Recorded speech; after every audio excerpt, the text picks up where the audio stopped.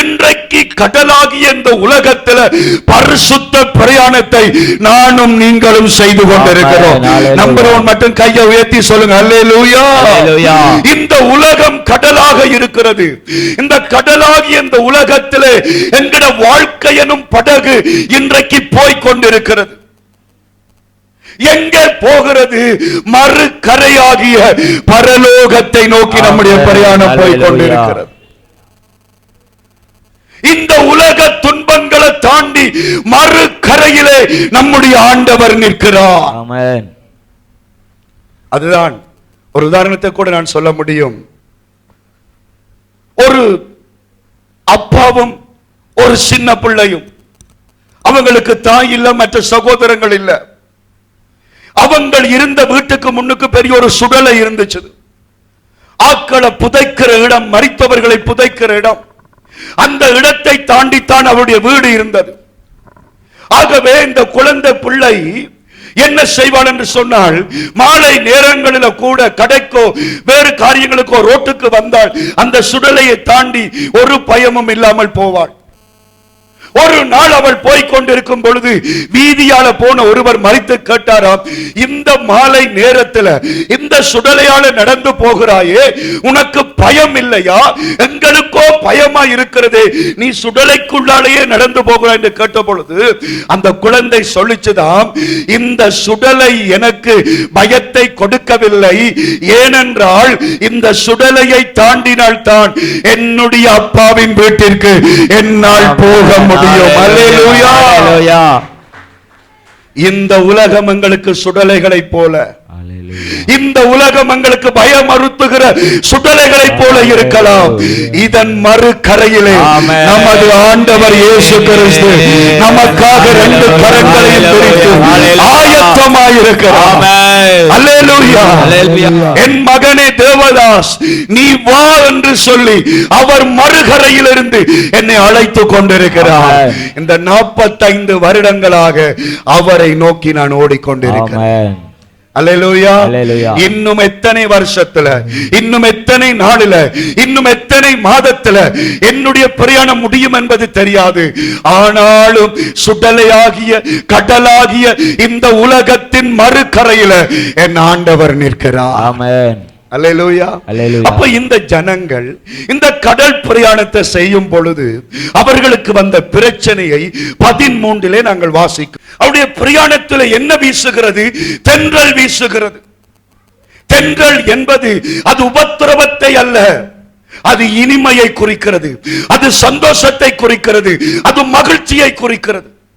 அந்த பிரயாணத்தின் ஆரம்பத்திலே தென்றல். அத போல இந்த உலக வாழ்க்கையில, என்கிற வாழ்க்கையில ஆரம்பங்கள் மகிழ்ச்சிகளாய் தொடங்குகிறது. காலையில எழும்பும் பொழுது மகிழ்ச்சியோடு தொடங்குகிறோம். பிரச்சனை வருகிறது. கொஞ்சம் தான் அவங்க சமாதானமாக இருந்தாங்க, கொஞ்சம் தான் அவங்க சந்தோஷமாக இருந்தாங்க. கொஞ்ச நேரத்துக்குள்ளேயே புயல் வீசுகிறது. சில பேரை கேட்டு பாருங்க, அம்மா உங்களோட குடும்பத்தில் நீங்க எவ்வளவு காலம் சந்தோஷமா இருந்திருப்பீங்க? பாச நான் கல்யாணம் கட்டி 40 வருஷம், ஆனா நான் சந்தோஷமா இருந்தேனா? எப்படி பார்த்தாலும் ஒரு 4 நாள், ஒரு 4 கிழமை. கல்யாணம் கட்டி 3 மாசத்துல எனக்கு பிரச்சனை வந்துட்டது. பிள்ளைய பெற்று 2 வருஷத்துல எனக்கு உபத்திரவம் வந்துட்டது. இந்த வீட்டை வேண்டி இந்த வீட்டுக்கு வந்ததுக்கு பிறகு எனக்கு உபத்திரவம் பிடிச்சிட்டது. ஆரம்பத்தில் எல்லாம் நல்லா இருந்துச்சு, வேலையை தொடங்கல நல்லா இருந்துச்சு. திடீரென்று சொல்லி எனக்கு பிரச்சனை வந்து விட்டது. தேவ பிள்ளைகளே, இன்றைக்கு பிரச்சனையானது திடீரென்று சொல்லி எங்களை தாக்குகிறது. ஆரம்பத்தில் நல்ல தென்றலாய் போச்சுது. நாங்கள் நினைச்சோம், ஆகா இந்த வாழ்க்கை நல்லா இருக்குதே, நான் எப்படியோ போக போறேன் நினைச்ச வாழ்க்கை இன்றைக்கு புயல் காற்றினால அந்த படகு தத்தளிச்சது போல பிரச்சனைகளினால எங்கட வாழ்க்கைகள் தத்தளித்துக் கொண்டிருக்கலாம். தென்றலோடு தொடங்கிய அந்த வாழ்க்கை அடுத்ததாக இன்னொரு பிரச்சனை கூடுது. என்ன?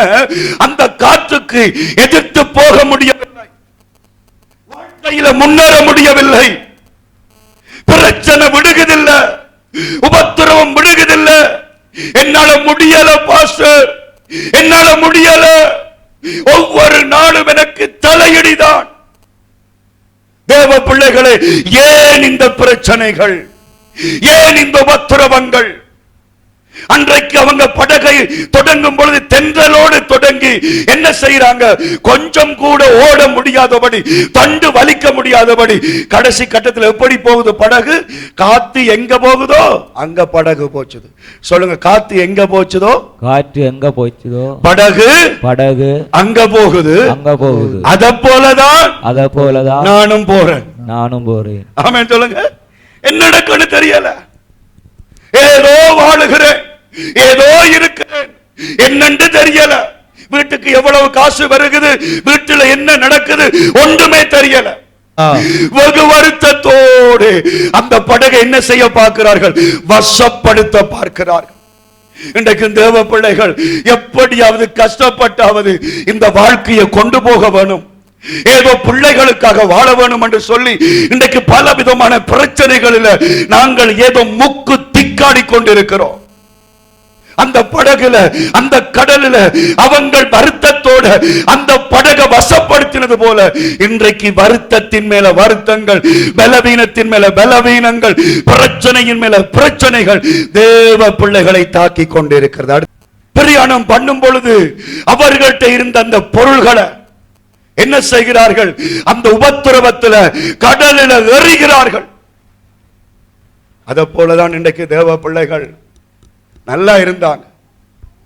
கல்யாணம் கட்டைகள் ஒரு 5 பவுனாவது இருந்துச்சு. இப்ப ஒன்றுமில்ல பாஸ்டர். அப்ப கழுத்துல இருக்குதே, அது பார்த்தா 10 பவுன் மாதிரி கிடக்குது என்று கேட்டா சொல்லுவாங்க, இல்ல இல்ல அதை கவரிங். சங்கிலி அடைய வச்சுட்டார், தோடு அடைவு வச்சுட்டார், மூக்கு குத்தி அடைவு வச்சுட்டார். அதுக்கு பதில் என்னத்தை வண்டி தந்திருக்கிறார்? பித்தளைய வண்டி தந்திருக்கிறார். எல்லாத்தையும் இழந்து நிற்கிறோம். பிரச்சனை பிரச்சனை பிரச்சனை.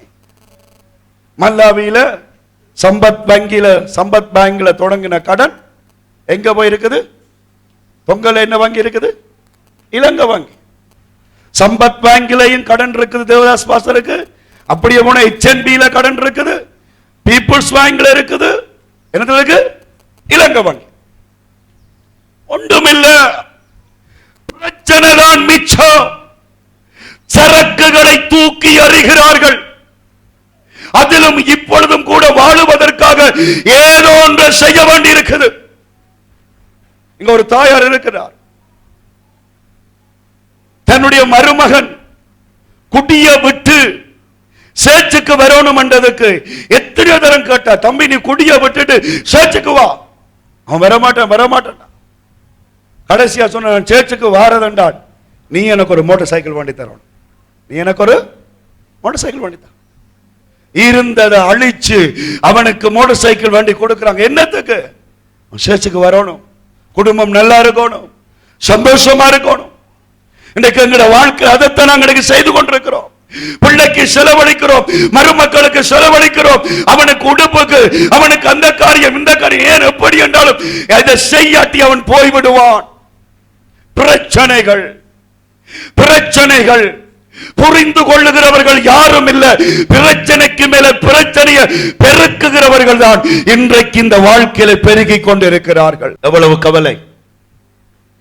3 நாள் அந்த பிரச்சனை தொடர்ந்து போகிறது. அந்த 3ஆம் நாளில் அவங்க என்ன சொல்றாங்க? கப்பலின் தளபாடங்களை யாற்ற கையினால? சொல்லுங்க, எங்கள் கைகளில். யாற்ற கையினால? எங்கள் கை. சொல்லுங்க, யாற்ற கையினால? எங்கள் கை. இவ்வளவுதான சவுண்ட். யாற்ற கையால? எங்கள் கை. யாற்ற கையால? எங்கள் கையாலே. அந்த அளவுக்கு பிரச்சனை. ஐயோ பாஸ்டர், இந்த வருத்தம் வந்ததுதான் இவ்வளவத்தை நான் செலவழிச்சு விட்டேன். ஐயோ இவன் படுபாவிய கல்யாணம் கட்டினதுதான் இவ்வளத்தை நான் செலவழிச்சுட்டேன். இந்த புள்ள நல்லதான் இருந்துச்சு, வாலிப பிராயம் வந்த பிறகு எல்லாத்தையும் நான் செலவழிச்சு போட்டேன். எங்கள் கையால் எல்லாத்தையும் தூக்கி தண்ணீர போட்டோம். இன்றைக்கு இந்த உலகமாகிய இந்த கடலிலே எங்களுடைய பிரச்சனைகள் அதிகமாகி கொண்டிருக்கிறபடியால் எல்லாத்தையும் கரைச்சு கொண்டிருக்கிறோம். பிள்ளைகளுக்காக, குடும்பத்திற்காக, அயலுக்காக என்று சொல்லி எல்லாம் கரைஞ்சு போய் கொண்டிருக்கிறது. எப்படியாவது நாங்கள் சந்தோஷமா இருக்க வேணும், எப்படியாவது நாங்கள் சமாதானமா இருக்க வேணும் என்று நினைக்கிறோம். ஆனால் அது முடியாமல் இருக்கிறது. என்னத்தை செய்தாலும் என்னத்தை செலவழிச்சாலும் அது நடக்காமல் போய். இனி என்ன பாஸ்டர், வவ்வாலுக்கு வாழ்க்கப்பட்டாச்சு, என்னோட தொங்கத்தான். ஹல்லேலூயா. வேண்டா வெறுப்போட ஒரு சோறை சாப்பிட்டாலும் மனம் இல்லாம சாப்பிடுறது, நித்திரை கொண்டாலும் மனம் இல்லாத நித்திரை, வெறுத்து. அதை நான் அடிக்கடி சொல்லுவேன், வாழ்க்கை வருத்த குருவி எங்க போய் கூடு கட்டிச்சது? பீரங்கி வாசல். வாழ்க்கை வருத்த குருவி பீரங்கி வாசல்ல கூடு கட்டிச்சுதான். எங்க கூடு கட்டிச்சது? இப்ப பிள்ளைகளுக்கு தெரியா, பீரங்கன செல் குழாய். வாழ்க்கை வெறுத்து போய் எங்க கட்டிச்சது? அதே மாதிரி தான் எல்லாம் வெறுத்து போட்டது. கடைசியா என்ன சொல்லுங்க? சேச்சம் பருத்துட்டு. இவ்வளவு வருஷம் உழைச்சோமே, இவ்வளவு வருஷம் வெயிலுக்குள்ள போய் உளுந்து புடுங்கி கத்தரிக்காய்க்குள்ள புல்லு புடுங்கி கஷ்டப்பட்டோமே, திரும்பி பார்த்தா பின்னணியம் என்ன இருக்குது? நான் பட்ட கஷ்டம் என்ற புள்ள படக்கூடாது என்று புள்ள என்று ஊட்டி வளர்த்தோமே, இன்றைக்கு புள்ளைய பார்த்தா என்ன நிக்குது? புள்ள நினைச்சதை விட சேர்த்துக்களை கிடக்குது. பின்னணியம் என்ன செய்தது? உடைஞ்சிட்டது. எல்லாம் முடிச்சிட்டு அப்பாடா நிம்மதியை இளைப்பாறுவோம் என்று போனா டாக்டர் சொல்லுகிறார், உனக்கு சுகரும் வந்துட்டது, பிரஷரும் வந்துட்டது, கவனமாயிரு. பின்னணியம் என்ன செய்தது? உடைஞ்சு போய் வாழ்க்கையே வருத்து போய். எல்லாம் மாயை. அதான் சாலமோன் சொன்னது போல, எல்லாம் மாயை மாயை மாயை. ஏன் தேவ பிள்ளைகள் பிரச்சனைகளை சந்திக்கிறார்கள்? இடைவிடாத உபத்திரவங்கள் ஏன் தேவ பிள்ளைகளுக்கு? ஏன் இன்றைக்கு முன்னேறி செல்ல முடியவில்லை? ஏன் இன்றைக்கு பின்பகுதிகள் எல்லாம் சிதைந்து போய் இருக்கிறது என்றால், அதற்கு முதலாவது நீங்க ஒன்றை புரிந்து கொள்ள வேண்டும். 20வது வசனம் பதில் சொல்லுகிறது.